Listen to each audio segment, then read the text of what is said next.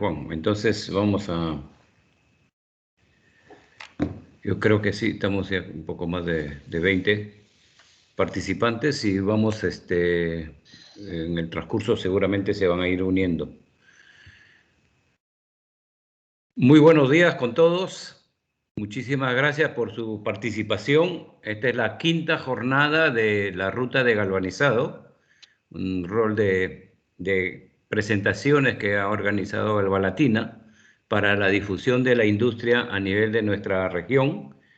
Son actividades por países que lo vamos desarrollando y en esta oportunidad tenemos la participación de Colombia con el título de Colombia se construye en acero galvanizado, que estará a cargo de Juan Manuel Lesmes Patiño, que es el director ejecutivo actual de la Cámara Fedemetal de la ANDI en Colombia.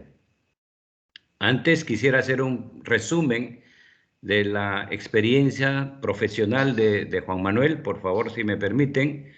Juan Manuel es economista de la Universidad del Rosario, tiene una maestría en economía en la Universidad de Exeter en Inglaterra, ha sido director de industrias del Ministerio de Desarrollo Económico, asesor del BID, viceministro encargado de transportes.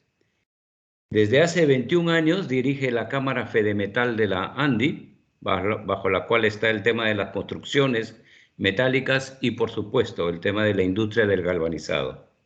Además, Juan Manuel es profesor de Integración Económica y Competitividad de las Universidades Javeriana, CESA y la Sergio Arboleda.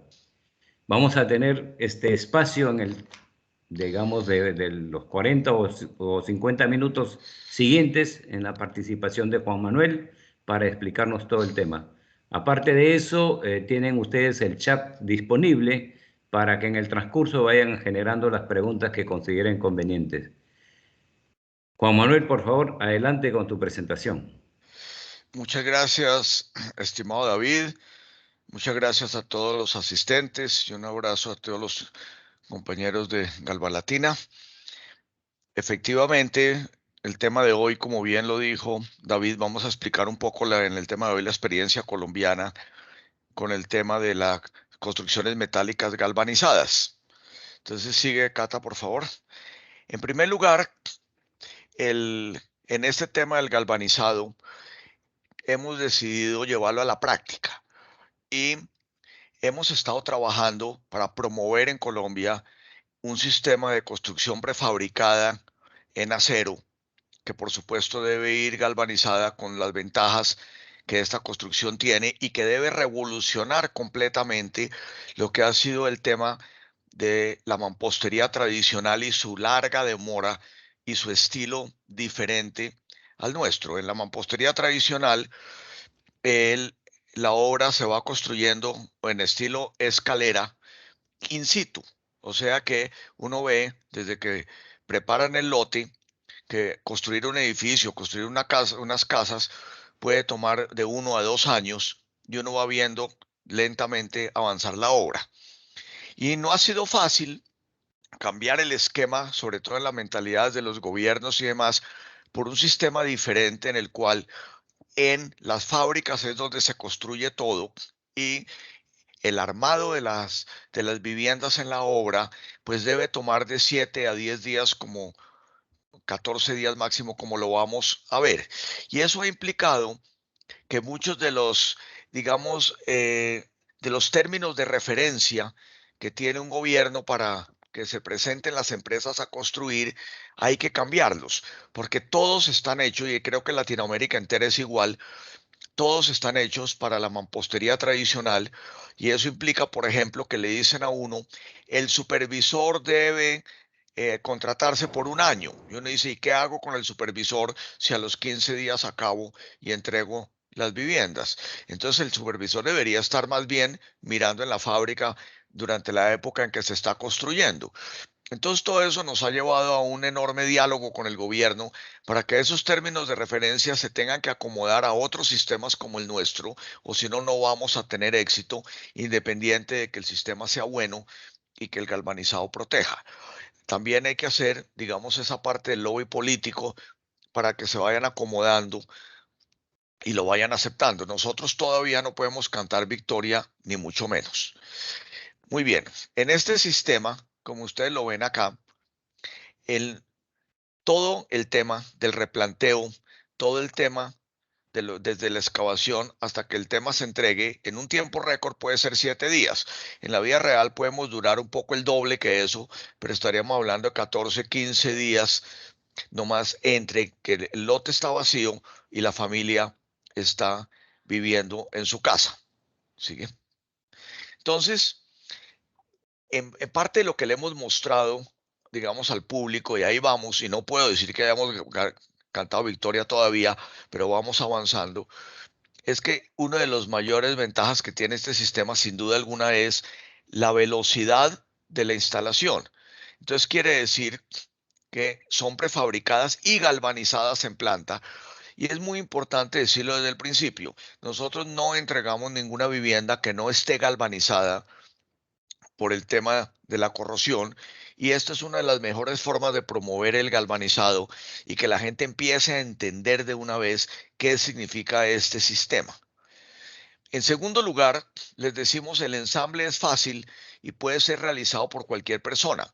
A diferencia de la mampostería tradicional, donde yo no puedo construir un muro en ladrillo porque seguro se me cae, ni siquiera sé cómo pegar los ladrillos, acá se puede entrenar muy fácilmente a la gente que no es experta en el sistema para que rápidamente aprenda cómo pernar y cómo ir armando esa casa, por supuesto, siempre bajo supervisión y obviamente vamos a requerir poco equipo especializado, también a diferencia de la mampostería tradicional que requiere equipos muy sofisticados en la obra.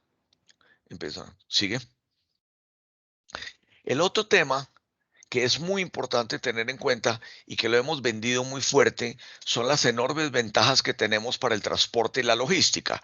En la foto de la izquierda uno ve la casa que va en un camión desarmada, el camión hecha reversa y la pasa a una barca en uno de los ríos que hay, que creo que es igual en toda América Latina, y la llevan a un sitio donde no hay acceso por carretera. Y no tuvimos ningún problema. O esta casa, o esta foto última, donde la casa se bajó también en un sitio donde no tenía acceso terrestre y no había forma de llevar una mezcladora de cemento o de concreto, y se bajó en el helicóptero. Entonces, resulta muy sencillo realmente llevarla a cualquier parte donde no entra otro sistema. A uno ve aquí cómo lo transporta en las medidas más grandes posibles. Aquí uno ve lo le llamamos en Colombia las camabajas, y lo estamos llevando y ustedes ven el tamaño, por ejemplo, de estos paneles de la foto de la izquierda, y eso minimiza recursos y minimiza tiempo de trabajo, que eso también hay que tenerlo en cuenta. Y una de las grandes dificultades ha sido que en la banca, las firmas constructoras no meten esta clase de ventajas en sus costos. Entonces siguen haciendo las cuentas clásicas, pero no se dan cuenta el enorme ahorro que hay en este sistema en no tener un supervisor un año, sino 2 semanas, en poder entregar rápidamente y subrogar esas viviendas a los compradores y demás. Todo eso financieramente termina valiendo muchísimo dinero que tiene como ventaja nuestro sistema. Ahora, la versatilidad. Es muy difícil encontrar en los otros sistemas la versatilidad que tiene este sistema, porque no solamente sirve para viviendas, sino para proyectos de educación, para salud, para comercio, y ahora tristemente con el COVID, para estos hospitales que se han tenido que construir en forma acelerada. Y la verdad es que permiten toda clase de acabados y se van adaptando a cualquier tipo, se pueden hacer diferentes tipos de diseño acomodado a los diferentes sitios. Todo el mundo sabe, por ejemplo, que las bodegas y las construcciones deportivas, la forma más eficiente de hacerlas es con acero galvanizado. Ahora, sigue. Otras ventajas que tiene. La sismoresistencia. Claro, al ser atornillada, al ser pernada, por supuesto, va a cumplir a cabalidad todas las normas sismorresistentes que cada vez son más estrictas y acabamos de tener una muy buena experiencia en la construcción de las viviendas para las islas de San Andrés y Providencia en Colombia que fueron azotadas por el huracán Iota. Y en ese huracán nos pidieron construir viviendas que aguantaran hasta 240 kilómetros por hora de vientos. Ustedes saben que los huracanes se están volviendo más frecuentes en el Caribe y se han venido bajando hacia el sur. Anteriormente atacaban de la Florida para arriba, si acaso de Cuba para arriba, pero ahora estas islas en la mitad como San Andrés y Providencia cada vez están más sujetas a ser atacadas por esos huracanes, por lo cual las mismas constructoras tradicionales llegaron a la conclusión de que tenía que ser en un sistema de acero galvanizado para que pudieran soportar los vientos. Claro que uno puede hacer en concreto algo igual, pero por ejemplo en esas islas no había agua potable para poder mezclar el concreto y salía muy costoso llevar grandes barcos cisternas cuando estas casas llegaban hechas.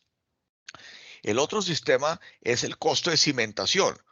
Uno las puede hacer palafíticas, pero si las hace sobre el terreno, como no pesan 7, 8 toneladas contra 40, 45 toneladas de una vivienda en mampostería tradicional, no necesita cavar en la tierra, sino un pequeño cimiento que también abarata costos enormemente. Y tal vez de lo más importante es que somos amigables con el medio ambiente. El día que la casa no se requiera, se desarma y se arma en otro lado, o se manda una siderúrgica que la fundan y vuelven a ser acero, cosa que no, ustedes han visto el gran problema que hay cuando se rompe una casa vieja, un edificio viejo para hacer uno nuevo, cómo es de complicado el tema de los desechos de la mampostería tradicional.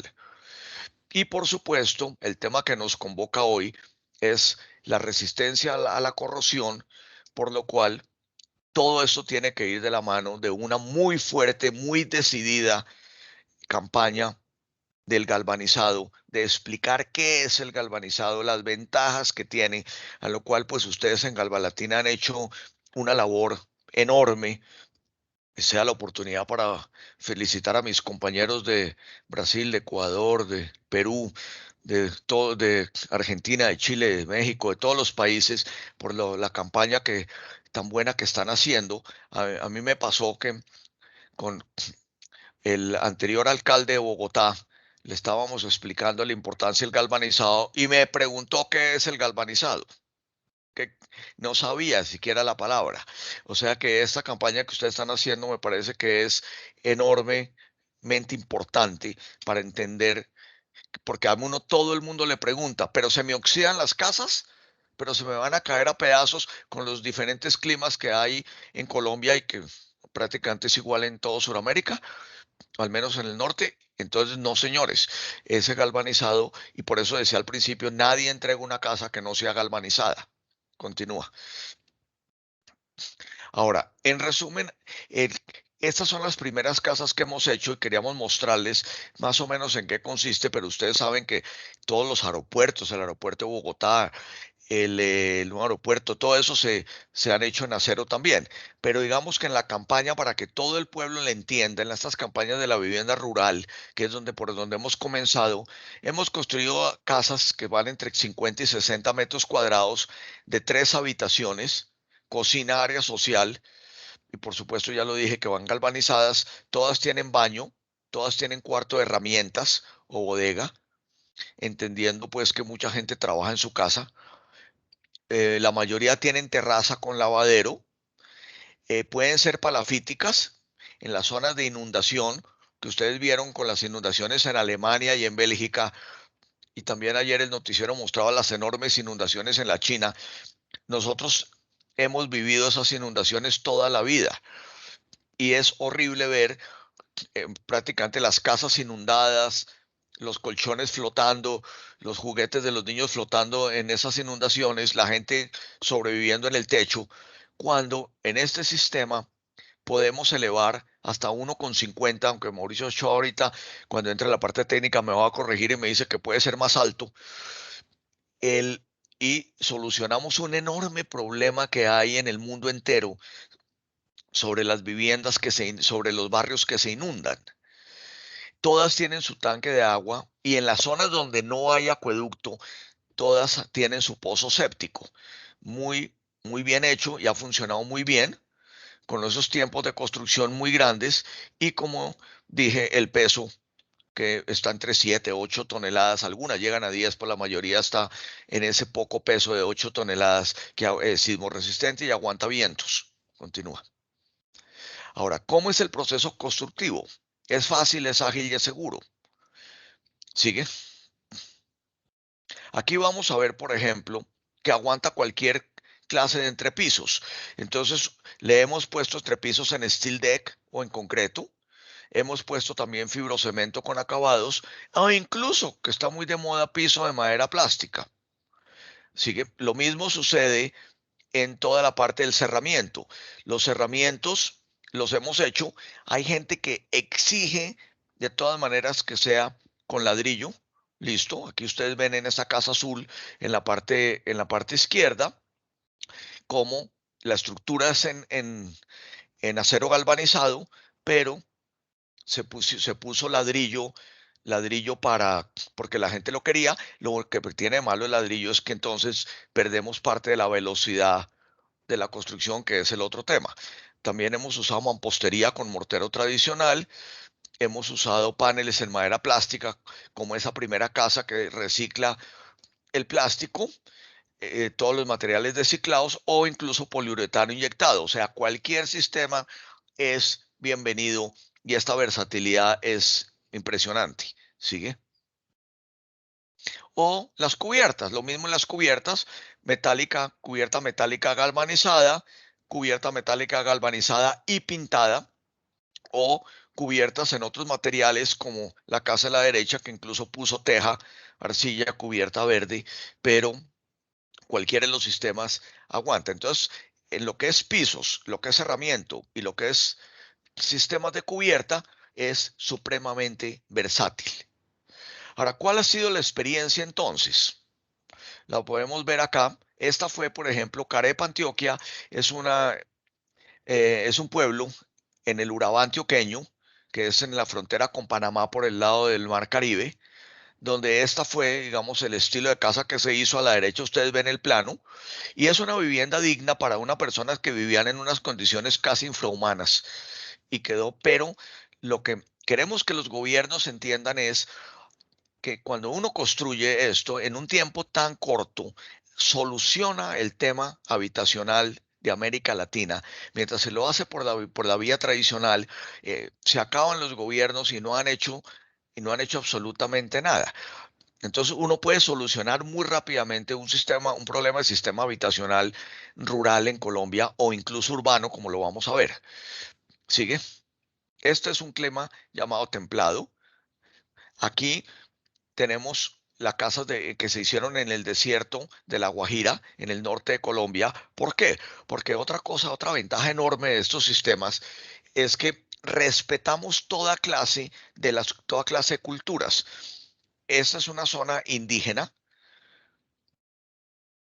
La comunidad se llama la comunidad Guayú y ellos tienen una cultura en la cual consideran que la cocina y los servicios deben estar separados de la vivienda. Entonces, se hizo aquí, ustedes ven a la derecha la cocina y, la cocina y los baños, y la casa está separada, pero otra cosa, ellos no duermen en cama, ellos duermen en chinchorros, hamacas, como lo llaman en diferentes partes. Entonces la casa tuvo que ser diseñada para, tal vez devuélvete un poco a la foto anterior, Cata, por favor. Aquí alcanzan a ver un poquito aquí en esta foto, las hamacas, los chinchorros colgados, y había que diseñar la casa de modo que no se volteara.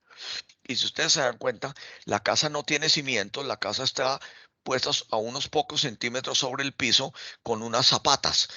Entonces, todo se va acomodando al terreno, a la zona, pero no quita ni la velocidad ni el galvanizado para que no se vaya a corroer en esos climas tan duros. ¿Sigue?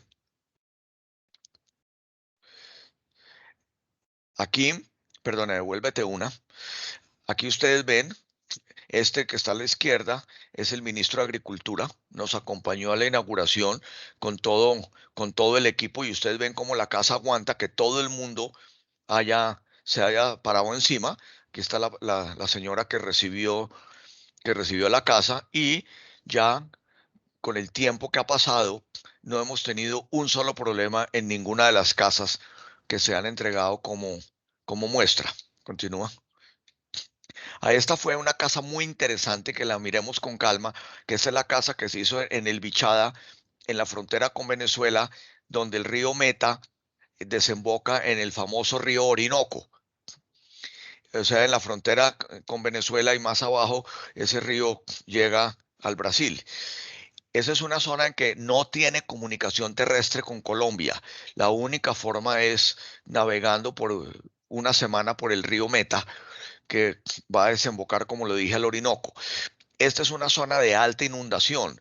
Esos son ríos muy grandes, muy caudalosos, que en época de invierno siempre se desbordan y se van a seguir desbordando. Entonces esta casa se construyó en forma palafítica. Ustedes ven aquí el plano, también la casa con 3 habitaciones, su baño, cocina, sala de estar, con sus escaleras y la casa se eleva y no ha habido ningún problema en esto que ustedes ven en arena, que se vuelve agua durante 4 meses del año y no ha habido ningún problema. Es una enorme solución para las zonas de alta inundación. Este es un clima cálido, supremamente húmedo.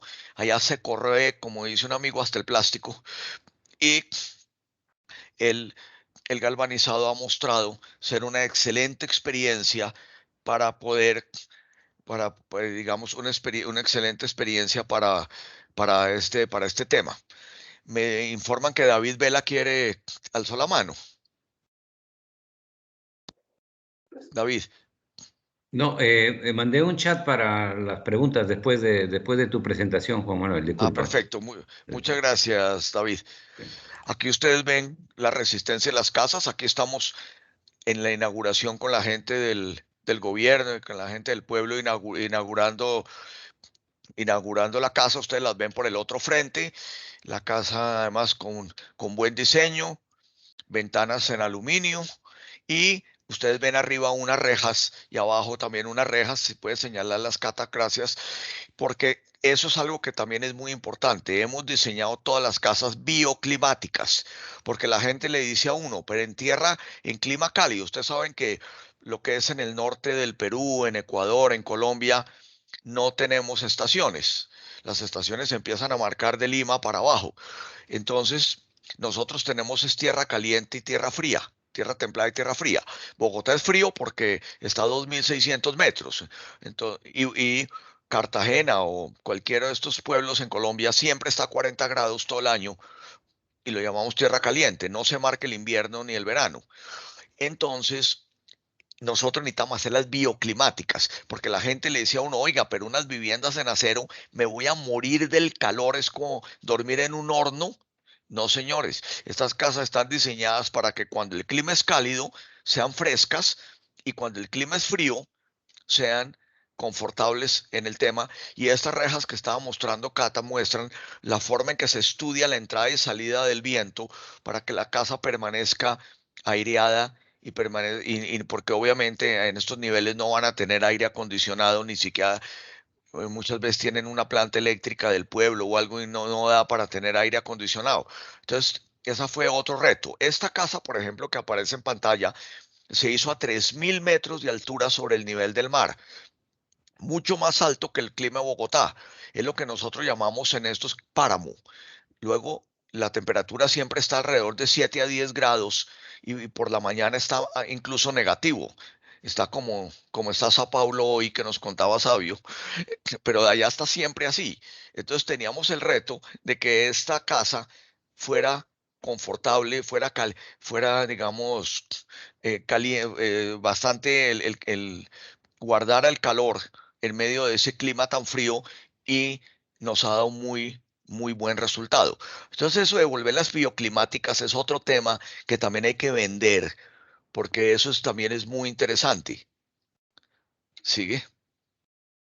Aquí uno ve una foto aérea de la zona y aquí estamos en la inauguración de esa casa. Pero algo muy importante, está bien, eran viviendas rurales dispersas, pero esta foto de la izquierda muestra que en un municipio en el norte de Colombia, en el departamento del Sucre, el alcalde tenía que hacer viviendas nucleadas masivas y no había forma, sino en el único lote que había es un lote que se inunda. Hombre, pues se pudo tomar el reto y construir este enorme barrio que ustedes ven ahí, en el cual todas las casas, 100% de las casas son palafíticas y aguantan la inundación, y también se pudo hacer nucleada palafítica y en zona inundable. Esta es una foto que muestra la enorme versatilidad del sistema, y también se construyó en un tiempo récord. Esta, por ser nucleada, se construyó en 4 meses, pero cerca de ahí había otro barrio igual en mampostería tradicional que a los 2 años no lo habían podido terminar y no pudieron manejar muy bien el tema de la inundación. Finalmente nos llamaron a ver si las terminábamos en acero galvanizado. A la derecha hay otra casa en un municipio en el sur del país, que es otro clima totalmente diferente. Una casa en Timbiquí, una casa que quedó muy bonita, que quedó también, ustedes lo ven, que está montada sobre zapatas, no hubo que hacerle cimiento, entonces no es ni palafítica, ni tiene cimiento, sino tiene el otro sistema de ser montada sobre el terreno, lo cual automáticamente también la hace bastante sismo resistente. Y este es lo último que se ha hecho, que fueron el reto que había para las islas de San Andrés y Providencia. Primero nos acusaron antes de saber, nos dijeron, claro, van a acabar con la arquitectura isleña. Nosotros tenemos una tradición arquitectónica de construir en madera. Nos van a acabar con esa. Bueno, nos dijeron de todo y tuvimos que aguantar ahí los políticos y todo el mundo diciendo, pero entonces se llegó a la conclusión que si las casas se seguían haciendo en madera, no podían aguantar los huracanes, es casi obvio, o lo uno o lo otro. Entonces lo que se hizo fue una imitación madera en acero. Todas estas tabletas que ustedes ven aquí en las dos casas realmente son en acero galvanizado, y se hizo igualito como es la arquitectura de la isla, o sea, a 2 aguas o a 3 aguas en los techos, y quedaron idénticas a las casas en madera, con los mismos colores fuertes que les gustan a ellos, terracitas y demás, pero imitando la madera pero en acero, y el resultado ha sido que la comunidad las ha aceptado y ahora todo el mundo quiere una casa de esas después de todo lo que nos dijeron. Y eso es otra cosa muy buena, respetar la arquitectura de las diferentes regiones, pero mostrarles que el acero galvanizado es tan sumamente versátil que incluso cualquiera que ve estas dos casas pensaría que están hechas en madera, porque así las pintan y todo, con la diferencia que no se van a ir. De hecho, les comento que incluso hemos estado pensando ya y hablando para la Florida, en los Estados Unidos, cuando los huracanes, ustedes ven en la televisión cómo después de cada huracán quedan miles y miles de casas de madera vueltas a serrín, en empezar a promoverles sistemas de este estilo con la arquitectura de ellos, para que entiendan que con acero galvanizado pueden imitar el mismo sistema, pero hacer las casas anti huracanes. Aquí ustedes ven, se inundó un municipio muy pobre en el Chocó. La señora vicepresidenta y hoy canciller de Colombia nos llamó y nos pidió ayuda, de modo que las empresas reaccionaron e hicieron unas donaciones de diferentes estilos de casas. Aquí ustedes ven, por ejemplo, a la izquierda, la casa que donó Poliprotec. Aquí ustedes ven a la derecha la casa que donó, Cata me corrige, creo que esta la hizo Fanalca.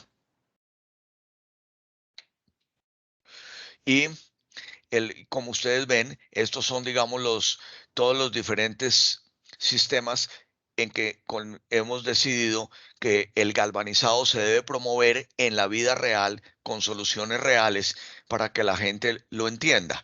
Es decir, vamos a seguir haciendo con ustedes cursos de galvanizado para técnicos y demás, pero no hay nada mejor que el público en la calle entienda qué es el galvanizado, que los gobiernos entiendan qué es el galvanizado, el Ministerio de Vivienda entienda qué es el galvanizado, el Ministerio de Transporte entienda qué es el galvanizado, y qué mejor que directamente mostrándolos en las obras y mostrándoles cómo se puede luchar contra la corrosión al mismo tiempo que se ofrecen otras ventajas, porque si uno no ofrece la construcción en metal, pues no puede ofrecer el galvanizado, porque van de la mano.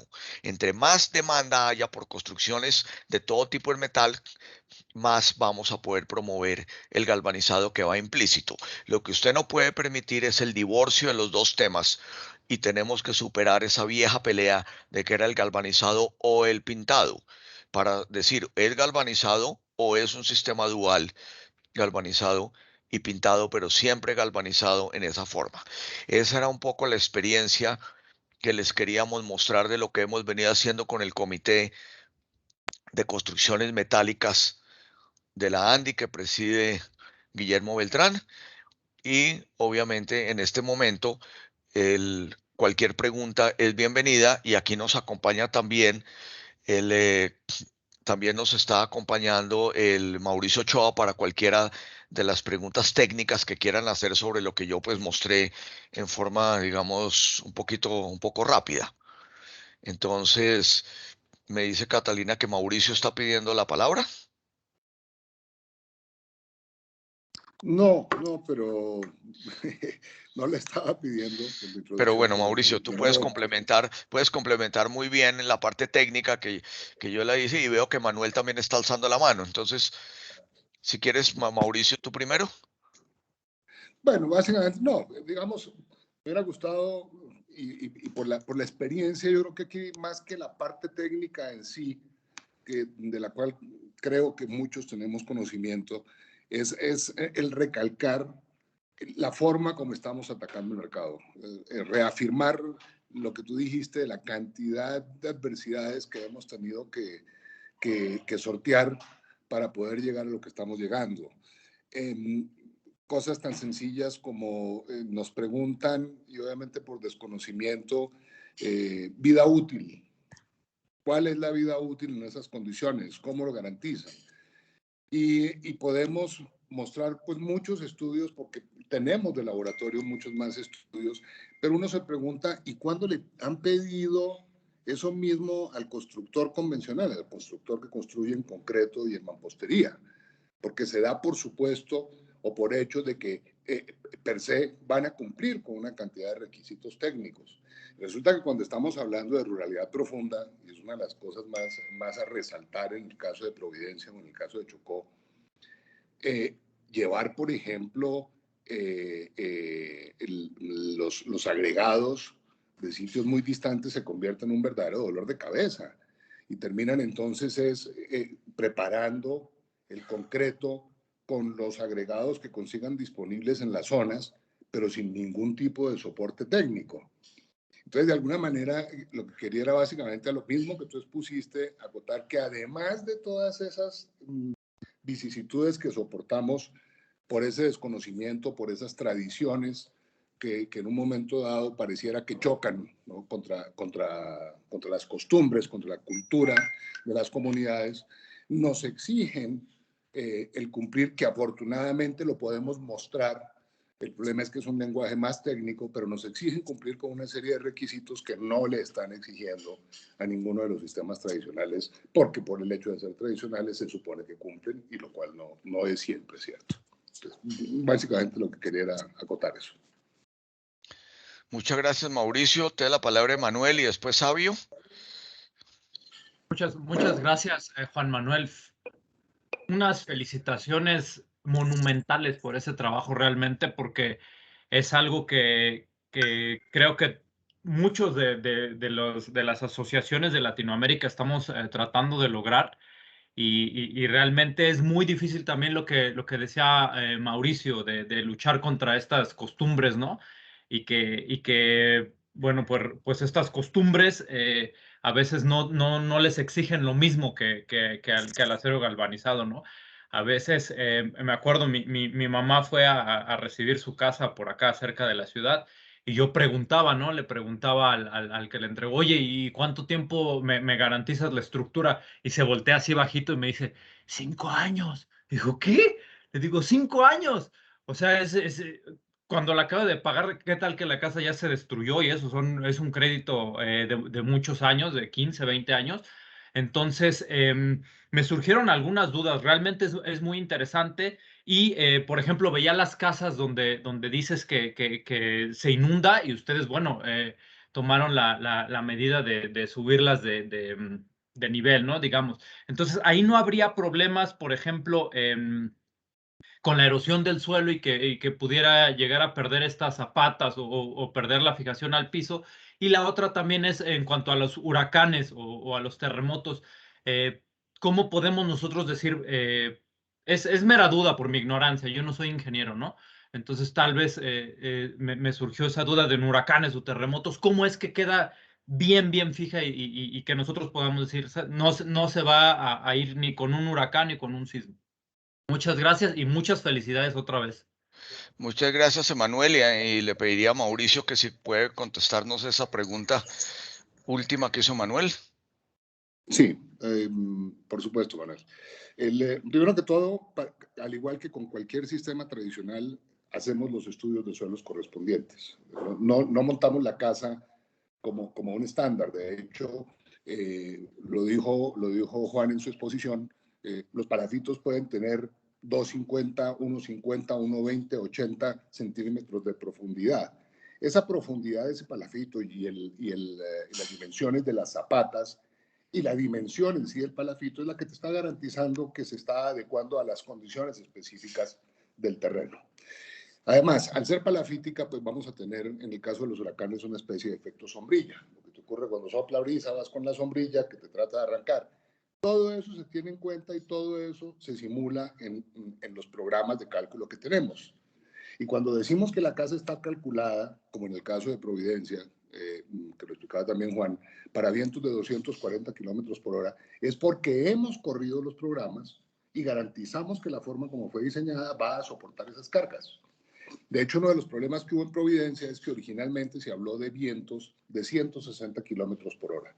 Posteriormente, ya cuando recibieron la información de los satélites, encontraron que hubo coletazos de 240 kilómetros por hora y cambiaron en automático las especificaciones. Las primeras casas que habíamos calculado para Providencia estaban diseñadas sobre 160. Cuando la comunidad exigió que fuera 240 kilómetros, que no es fácil, porque no son situaciones estándar o del día a día, y digamos no se atacó buscando tener unos búnkers, como ocurre normalmente en las comunidades en Estados Unidos, donde la gente se pueda refugiar mientras pasan los huracanes, se exigió que cada casa tenía que soportar 260 kilómetros por hora. Se hizo el 100% del recálculo y hoy en día, aunque lento, ya estamos en pleno proceso de montaje de esas casas. Entonces, a tu pregunta concreta, los suelos se analizan, los factores externos se analizan y las casas se diseñan en particular para las condiciones del sitio donde se van a montar. Muchas gracias. Excelente. Muchísimas gracias. Felicidades 1000 veces. Sabio. Sí, una pregunta que me gustaría saber. ¿Tienes idea de cuánto por ciento del galvanizado en la casa es de galvanizado en continuo y cuándo es de galvanizado general? Mauricio. Sabio, buena pregunta a la cual no tengo respuesta concreta, pero lo único que te puedo decir es que el peso de la estructura, digamos, para las casas tipo, para las casas estándar, no hablemos de Providencia, estamos hablando de estructuras que pesan entre 800 y 1.400 kilos, digamos que son las casas normales. Y estamos hablando de espesores promedio de tubería de 2,5 a 4 milímetros. Ahí nos estamos moviendo en el espesor de esa tubería. Ahí ya tienes tú directamente el cálculo de cuál va a ser el galvanizado, básicamente, con el espesor de esa tubería. Haremos más o menos del 6,5%. Sobre promedio 1 tonelada, pues estamos hablando, cualquiera que sea, de 65 kilos de zinc, para una casa tipo, no Providencia, porque las casas de Providencia, como te explicaba, pidieron unas cosas locas y bueno, las obtuvieron. Y esa casa pues pesa 6,5 toneladas. Obviamente la sola estructura pesa 6,5 toneladas, no lo demás. Por consiguiente, el porcentaje de galvanizado es mucho más alto. En el techo, que es lo que casi no, con seguridad va galvanizado, pues estamos hablando de 105 metros de espejo, más o menos, en Providencia, pero en el estándar estamos hablando de más o menos 55 metros cuadrados, ¿no? Con punto 20 micras de espesor, pues también ahí podemos más o menos calcular, ¿no? Punto 20 por 50, estaríamos hablando de más o menos, ahí estaríamos hablando de otros 10 kilos de zinc por cubierta aproximadamente. Pero son cifras gruesas, ¿sabes? No hicimos un cálculo específico para mirar cuánto llevaba de galvanizado en total la casa. Ok, gracias Mauricio. No, está bien, yo pienso que debe ser una mezcla, algo que el constructor no se preocupe en saber cuánto por ciento de cada uno, ¿no? Sí. Más también aprovechando lo que habló Emanuel, felicitaciones, congratulaciones Juan por la presentación, Mauricio por la parte técnica. Muy interesante esto. Y te pediría a Juan Manuel que en este reporte que necesitamos para ISA del semestre, gustaría tener algunas fotos de esto para mostrar ahí, ¿ok? Muy bueno. Con mucho gusto, Sabio. David. Sí, también igual la felicitación del caso para la excelente presentación y la experiencia que nos está mostrando Colombia en esta parte, digamos, de la aplicación de la industria galvanizado.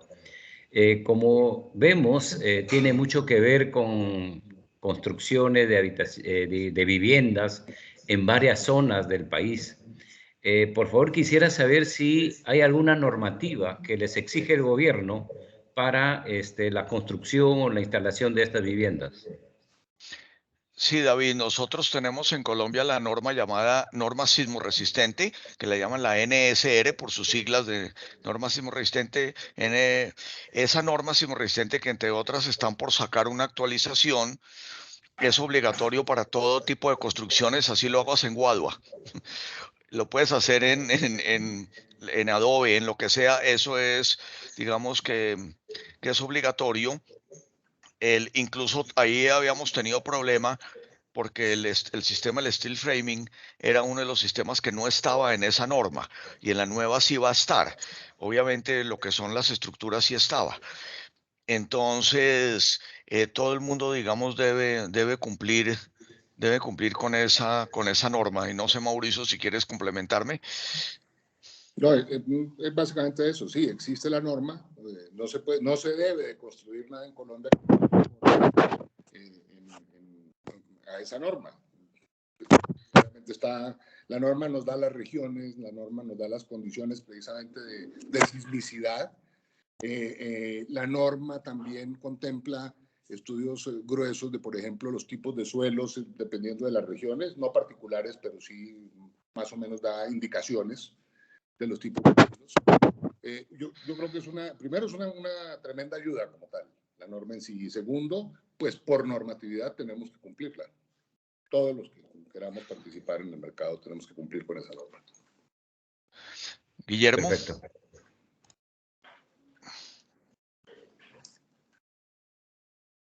Prende el micrófono, Guillermo. Gracias. Buenos días. No, yo quería decir pues que este es un mercado que hemos venido trabajando varios años. El trabajo con el gobierno ha sido bastante lento, de tener cosas positivas y cosas negativas, de tener momentos de mucho movimiento y otros momentos de bajo movimiento. En momentos nos sentimos adentro y en momentos nos sentimos afuera. Sin embargo, aquí hay un mercado que puede ser del orden de, no sé, 20.000 a 100.000 toneladas de estructura metálica galvanizada, lo cual sería espectacular como hecho positivo. Ahora, En este preciso momento que están pasando las cosas positivas, pues estamos viviendo una crisis muy seria con el tema del precio del acero. El precio del acero, como todos conocemos y sabemos, estamos teniendo más que duplicado el precio del último año. Y eso obviamente nos está sacando del presupuesto. El presupuesto no es con mucho margen, es totalmente nivelado, con un bajo margen, y obviamente la estructura que tiene un peso relativo dentro del total del precio de la casa, pues está teniendo unos incrementos muy fuertes en su producción, en su ejecución de materia prima y su producción. Y esto pues es una de las inmensas amenazas que estamos teniendo. Todos creemos que el precio del acero es temporal. Este incremento en el 2008 también ocurrió, y después la caída fue excesivamente fuerte. Hoy estamos esperando la caída y no ocurre, ¿no? Sigue subiendo y sigue subiendo y sigue subiendo. Y hay muchos personajes que saben mucho más que nosotros, en el sentido que dicen que el precio del acero, aunque va a caer, no va a caer lo mismo, que no va a pasar lo mismo que pasó en el 2008, por una gran cantidad de condiciones técnicas de producción, porque tienen que producir cercano al medio ambiente, que sea bueno para el medio ambiente, y no como se ha venido produciendo a través del tiempo, y esta producción que sea para el medio ambiente, pues va a tener unos costos mayores de producción, y por lo tanto los precios de la producción de acero, más que los distintos países, su presentación contracíclica para la crisis provocada por la pandemia, pues están generando infraestructura, proyectos de infraestructura para generar trabajo y llevar a esto, y esto pues todo el mundo sigue pidiendo acero, y además, por ejemplo, en el caso de Colombia, no sé, en los países de ustedes, pues los que importan el acero, les ha dado cierto temor, cierto miedo de importar acero, porque tienen el miedo de lo que pasó en el 2008, que importaban acero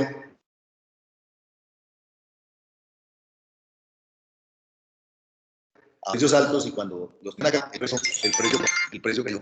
Entonces, el tema del acero nos está...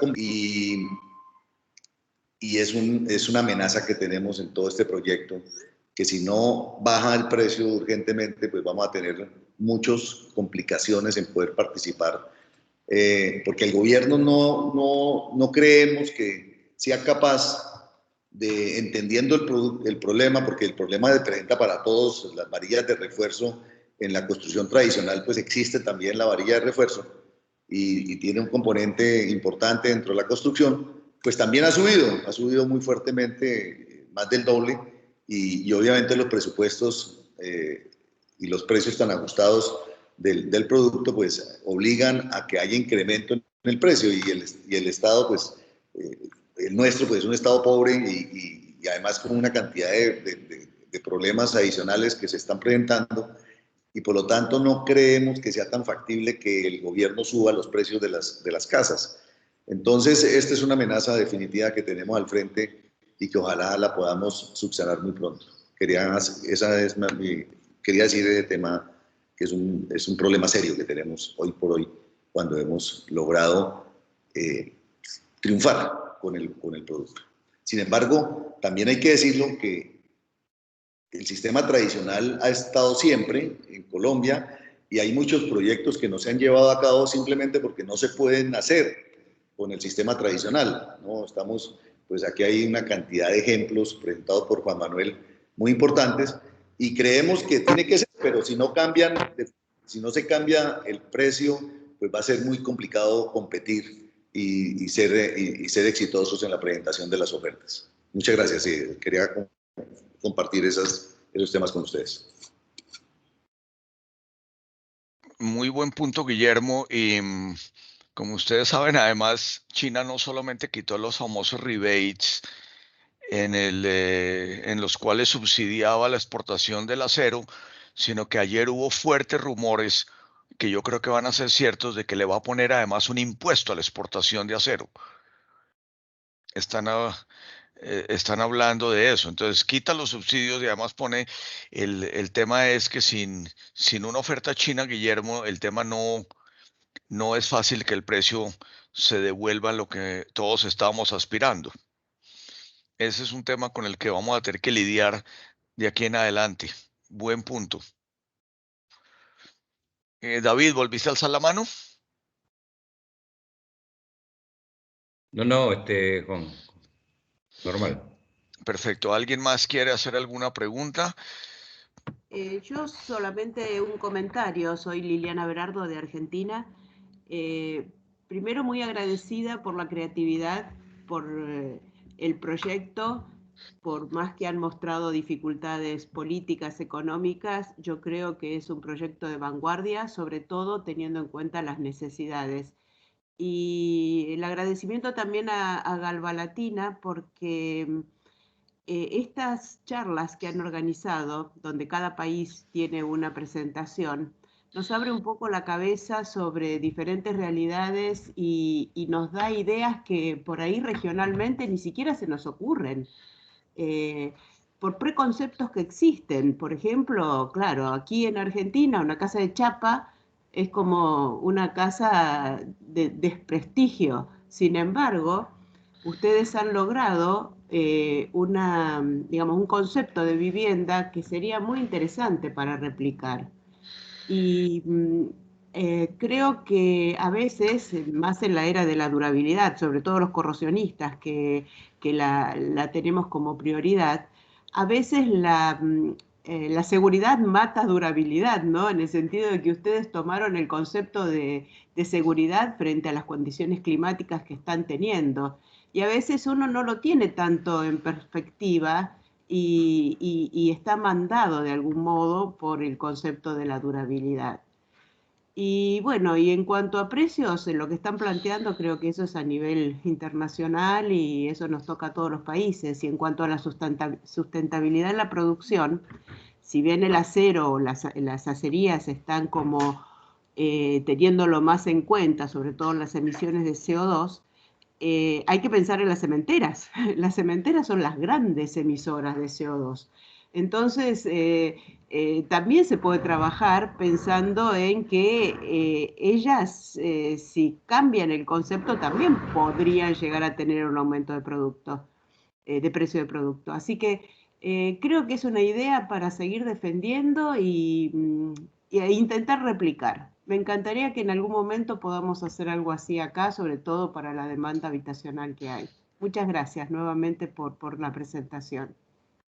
Muchas gracias también por tus comentarios. Muy bien. No veo más preguntas. No sé, David, si quieres ir cerrando. Me gustaría, pues por lo que acaba de comentar Liliana, me gustaría saber un poco si para todos los demás países la realidad en cuanto al poder de las empresas cementeras y concreteras en Latinoamérica es el mismo que en Colombia, porque ese es otro factor, como ya lo mencionamos, pero es que definitivamente es desmedida, es abismal la diferencia entre el poder de las cementeras comparativamente contra entonces me gustaría eso que comentó Liliana. Acércate más al micrófono, Mauricio, que se te está yendo la voz, porfa. Sí, que me gustaría saber si en los otros países el poder de las cementeras y de las concreteras es tan absolutamente desmedido como en Colombia, comparado con un gremio como el nuestro. Sí, Mauricio, yo creo que sí hay muchos intereses y hay muchas batallas ahí, porque si nosotros llegáramos con una de estas sugerencias, creo que me tocarían unas palmaditas así en la mejilla y me dirían, ¿sabes qué? Lo vamos a checar, ¿no? Lo vamos a leer. No solamente las cementeras, creo que también otras industrias muy grandes involucradas. No voy a decir nombres, pero sí creo que toca hacer como labor de convencimiento y mostrar no solamente los, digamos, ahorita sí los precios del acero están altos, pero creo que vale la pena también mencionar los ciclos de vida útil, los precios a lo largo de toda la vida y todo esto. Sí es una batalla, creo que tienen muchísimo poder y hay muchas mañas ahí entre ellos y el gobierno, pero sí es, cuando menos en México sí es.